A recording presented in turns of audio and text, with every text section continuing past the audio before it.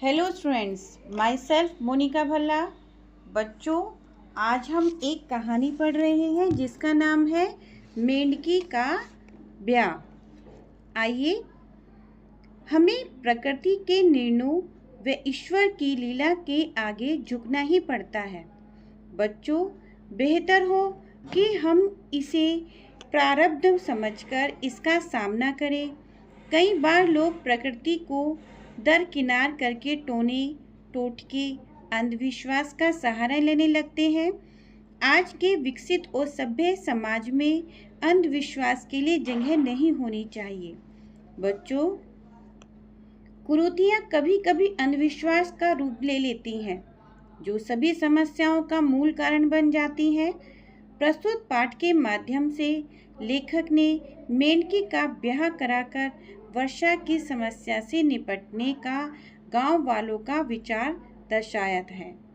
यह इस बात को प्रकट करता है कि किस प्रकार आज भी लोग अपनी मेहनत पर विश्वास किए बिना अंधविश्वास को बढ़ावा दे रहे हैं। आइए कहानी पढ़ते हैं बच्चों। जहां वर्षा नहीं हुई, उन जिलों में त्राही त्राही मच रही थी। आषाढ़ चला गया, सावन निकलने को हुआ, परंतु पानी की बूंद नहीं गिरी। आकाश में बादल कभी छिटपुट होकर इधर उधर बह जाते।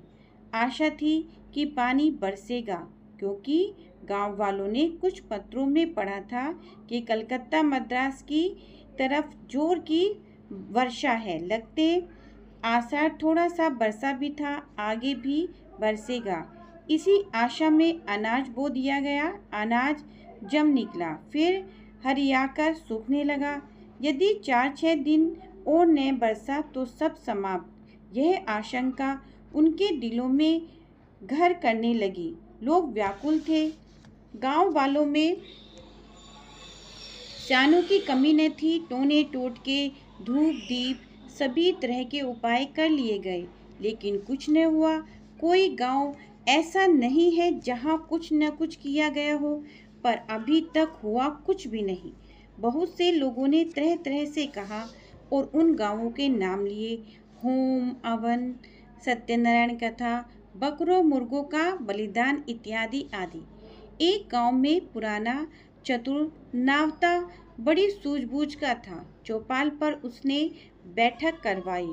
कहा क्या किया जाए। थोड़ी देर इस पर चर्चा चली। नावते ने अवसर पाकर कहा, इंद्र वर्षा के देवता हैं, उन्हें प्रसन्न करना पड़ेगा। सबने इस पर कई विचार सुझाए, परंतु नावते की एक नई सूझ अंत में माननी पड़ी।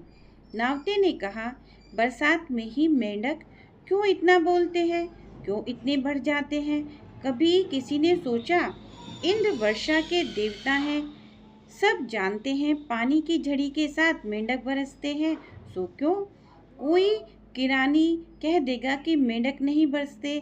बिल्कुल गलत है। मैंने खुद बरसते देखे हैं। बड़ी नांद या किसी बर्तन को बरसात में खुली जगह रख के देख लो। सांझ के समय रख दो, सवेरे बर्तन में छोटे छोटे मेंढक मिल जाएंगे। बात यह है कि इंद्र देवता को मेंढक बहुत प्यारे हैं। वे जो रट लगाते हैं वो इंद्र की जय जयकार करते हैं। अथाई पर बैठे लोग मुंह ताक रहे थे। नावते की अंत में क्या कह रहे हैं। नावता अंत में बहुत आश्वासन दे के साथ बोला, मेंढक मेंढकी का ब्याह करा दो। पानी ने बरसो तो मेरी नाक काट डालना। मेंढक मेंढकी का ब्याह। कुछ के होठों पर हंसी झलकने को हुई, परंतु अनुभवी नावते की गंभीर शक्ल देखकर हंसी उभर न पाई। एक ने कहा, कैसा क्या कैसे क्या होगा उसमें। मेंढकी के ब्याह की विधि तो बतलाओ और दादा। नावते ने विधि बतलाई, वैसे ही करो। मेंढक मेंढकी का ब्याह जैसे अपने यहाँ लड़के लड़की का होता है। सगाई, फलदान, शगुन, तिलक, आतिशबाजी, भांवर, जोनार सब धूमधाम के साथ हो, तभी इंद्रदेव प्रसन्न होंगे। लोगों ने आकाश की ओर देखा। तारे टिमटिमा रहे थे। बादल का धब्बा भी वहां न था। पानी न बरसा तो मर मिटेंगे। ढेरों बैलों का क्या होगा। बड़ी हुई निशानी ने सबको भयभीत कर दिया।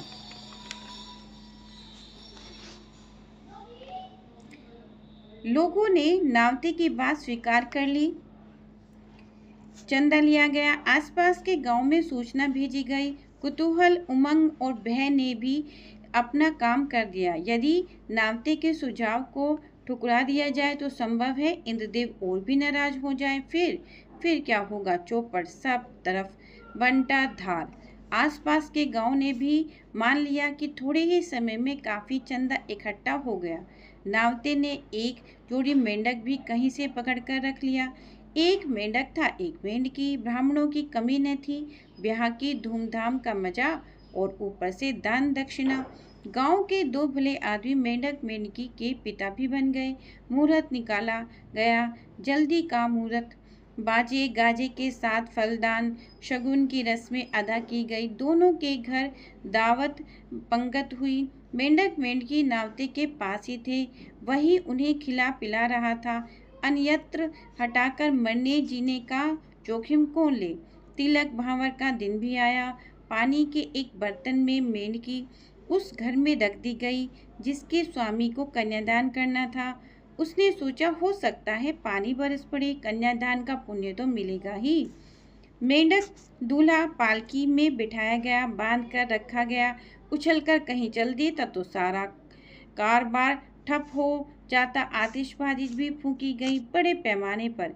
एक तो आतिशबाजी के बिना ब्याह क्या, दूसरे नगर में पिछले साल किसी ने आतिशबाजी पर 1 रुपया फूका था, तो इस साल कम से कम 1.25 का धुआं तो उड़ाना ही चाहिए। तिलक हुआ। जैसे ही मेंढक के माथे पर चंदन लगाने के लिए ब्राह्मण ने हाथ बढ़ाया कि मेंढक उछला। ब्राह्मण डर के मारे पीछे हट गया। खैरियत हुई कि मेंढक एक पक्के डोरे से बर्तन में बांधा था, नहीं तो उसकी पकड़ धकड़ में मुहूर्त ही निकल जाता। कुछ लोग मेंढक की उछल कूद पर हंस पड़े। कुछ ने ब्राह्मण को फटकारा, डरते हो? दक्षिणा मिलेगी। पंडित जी करो तिलक।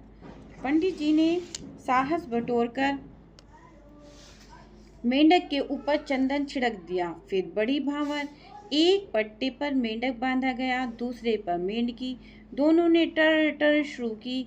नावता बोला, ये एक दूसरे से ब्याह करने की चर्चा कर रहे हैं, समझे? ब्याह करने की चर्चा कर रहे हैं। ब्राह्मण ने भांवर पढ़ी और पढ़वाई। फिर दावत पंगत हुई। मेंढकी की विदाई हुई। मेंढक के पिताजी को दहेज भी मिला। मनुष्यों के विवाह में दहेज दिया जाए तो मेंढक मेंढकी के विवाह में क्यों नहीं हाथ सिकोड़ा जाए? पानी बरसे ना बरसे, मेंढक के पिताजी बहरहाल कुछ से कुछ तो हो ही गए। नावता दादा की अंटी में भी रकम पहुंची और इंद्रदेव ने भी कृपा करी। बादल छाए, गड़गड़ाए, फिर बरसा मूसलाधार पानी। लोग हर्षमग्न हो गए। नावते की धाक बैठ गई। कहता फिर रहा था, मेरी बात खाली नहीं गई। इंद्रदेव प्रसन्न हो गए ना। पानी बरसा और इतना बरसा कि रुकने का नाम न ले रहा था। नाले चढ़े, नदियों में बाढ़ें आई, पोखर और तालाब उमड़ पड़े। कुछ तालाबों के तट टूट गए, खेतों में पानी भर गया, सड़कें कट गई, गांवों में पानी तरंगे लेने लगा। जनता और उनके ढोर डूबने उतारने लगे। बहुत से तो मर भी गए। संपत्ति की भारी हानि हो गई।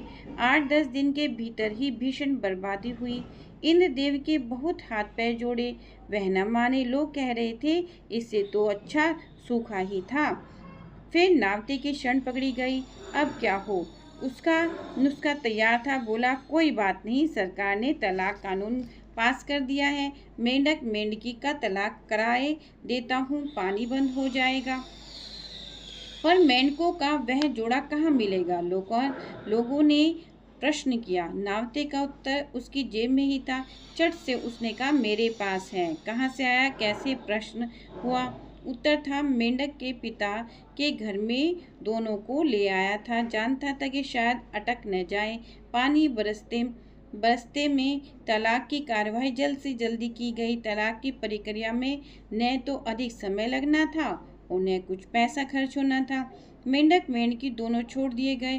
दोनों उछलकर इधर उधर हो गए, परंतु पानी का बरसना बंद न हुआ। बाढ़ पर बाढ़ और जनता के कष्टों का समापन नहीं। गांव छोड़ छोड़कर लोग इधर उधर भाग रहे थे। एक दो के मन में आया कि नावता मिल जाए तो उसका सिर फोड़ दिया जाए। यस, ये कहानी है बच्चों वृंदावन लाल वर्मा की। धन्यवाद बच्चों।